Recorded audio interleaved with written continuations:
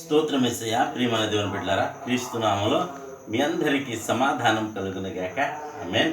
ప్రతి దినము దేవుని వాగ్దానం అని ఆత్మీయ చక్కటి కార్యక్రమం మిమ్మల్ని ప్రేమపూర్వకంగా ఆహ్వానిస్తున్నాను. దేవుని బిడ్డలారా, ఎలా ఉన్నారు? బాగున్నారా? ఉదయాన్నే లేచారా? ప్రార్థన చేసుకున్నారా? మరి కాలం చాలా స్పీడ్గా గడిచిపోతూ ఉన్నది. ఇంచుమించు 15 దినాలు గడిచిపోయి దినం 16వ దినంలోనికి మనం అడుగు పెట్టి ఉన్నాం. మరి సమయం కాలక్రమేపణ గడిచిపోతూ ఉన్నది. నా బ్రతుకు ఆత్మీయతలో ఎలా ఉందో మనం ప్రశ్నించుకోవాల్సిన వారమై ఉన్నాం కనుక ప్రతి ఒక్కరూ దేవునికి దగ్గరగా జీవిస్తున్నారని నేను ఆశిస్తున్నాను, నేను నమ్ముతున్నాను. అలాగే ప్రతిరోజు వాక్యాన్ని చదువుతున్నారు, మరి దేవునికి దగ్గరగా ఉంటున్నారని నేను ఎంతగానో విశ్వసిస్తూ దేవుణ్ణి స్తుతిస్తూ ఘనపరుస్తూ మరి దేవుడు ఈ మాటలు మీకు తెలియచేస్తున్నాను. ప్రతిదినము దేవుని వాగ్దానం అని ఆత్మీయ చక్కటి కార్యక్రమం వాగ్దానాన్ని చదువుకుందని చదువుతున్నాను. యెషయా గ్రంథము 58వ అధ్యాయము 11వ వచనం. యెహోవా నిన్ను నిత్యము నడిపించును, క్షామకాలమున ఆయన నిన్ను తృప్తిపరిచి నీ ఎముకలను బలపరచును. నీరు కట్టిన తోట వలె ఎప్పుడును ఉబుకుచుండు నీటి ఊట వలె ఉందువు. దేవునికి స్తోత్రం. చక్కటి వాగ్దానం ద్వారా నా ప్రభు నన్ను బలపరుస్తూ ఇస్తున్న వాగ్దానమే. మరి ఈ వాగ్దానం కనుక ఏమంటున్నాడంటే, క్షామకాలమున నిన్ను తృప్తిపరుస్తానంటాడు. ఎప్పుడు ఉబుకుచుండు నీటి వలె తోట వలె నేను చేస్తానంటాడు. ఈ వాగ్దానం నేను చెప్పగానే నువ్వు ఆమె అన్నంత మాత్రాన నీ జీవితంలో ఇది నెరవేరదు. కానీ నీవెప్పుడైతే దేవునికి దగ్గరగా జీవిస్తూ దేవుని మరి అడుగు చాడలో నువ్వు నడవగలిగితే, మరి దేవుని వాక్యానుసారంగా నీవు ప్రవర్తించగలిగితే, నిన్ను వల్ల నీ సహోదరుని ప్రేమించగలిగితే, నీవు దేవునికి దగ్గరగా ఇష్టడుగా జీవించగలిగితే, అనేక మంది దీనులు దరిద్రుడికి కనపడినప్పుడు నీవు ఒకవేళ వారిని ఆదరించగలిగితే ఈ వాగ్దానం నీ సొంతం. మరి కనుక ప్రియమైన దేవుని బిడ్డలారా, ఈ వాగ్దానాన్ని స్వతంత్రించుకునే పనిలో మనం ఉండాలంటే మరి దేవునికి దగ్గరగా జీవించాలి. దేవుడు చెప్పినట్టు ఆయన మార్గంలో నడవాలి.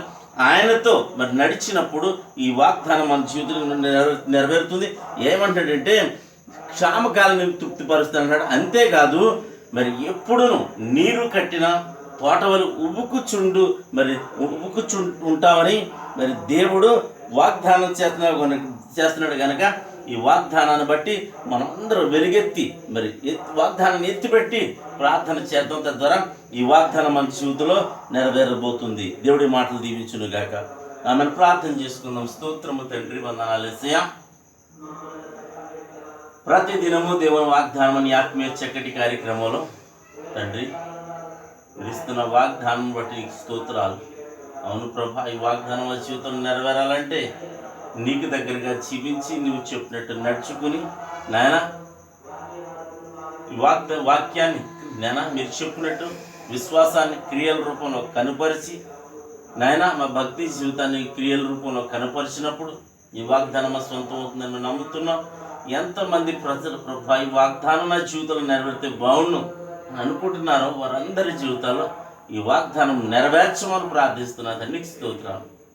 వారును ప్రభా నెరవేర్చబడుటకు నేను ప్రయాసపడిన తండ్రి మీరు చెప్పినట్లుగా నడిచి నేను ఈ వాగ్దానాన్ని స్వతంత్రించుకునే భాగ్యాన్ని ఈ బిడ్డలకు దయచేయమని ప్రార్థిస్తున్నాను.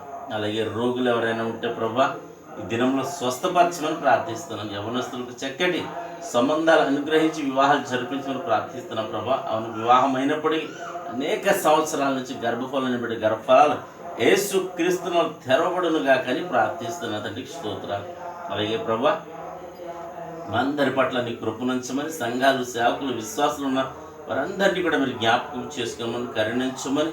అలాగే చదువుతున్నారు ప్రభా బిడ్డలు తండ్రి, అనేక మంది ఉద్యోగాల కోసం ప్రభా నేను ప్రయాసపడుతుండగా ప్రభా వారి నేను చక్కటి ఉద్యోగాలు మీరు దయచేయని, వారి ఎగ్జామ్స్లో జ్ఞాపక శక్తి నీ బిడ్డలకు దయచేయమని ప్రార్థిస్తున్నా తండ్రికి స్తోత్రాలు.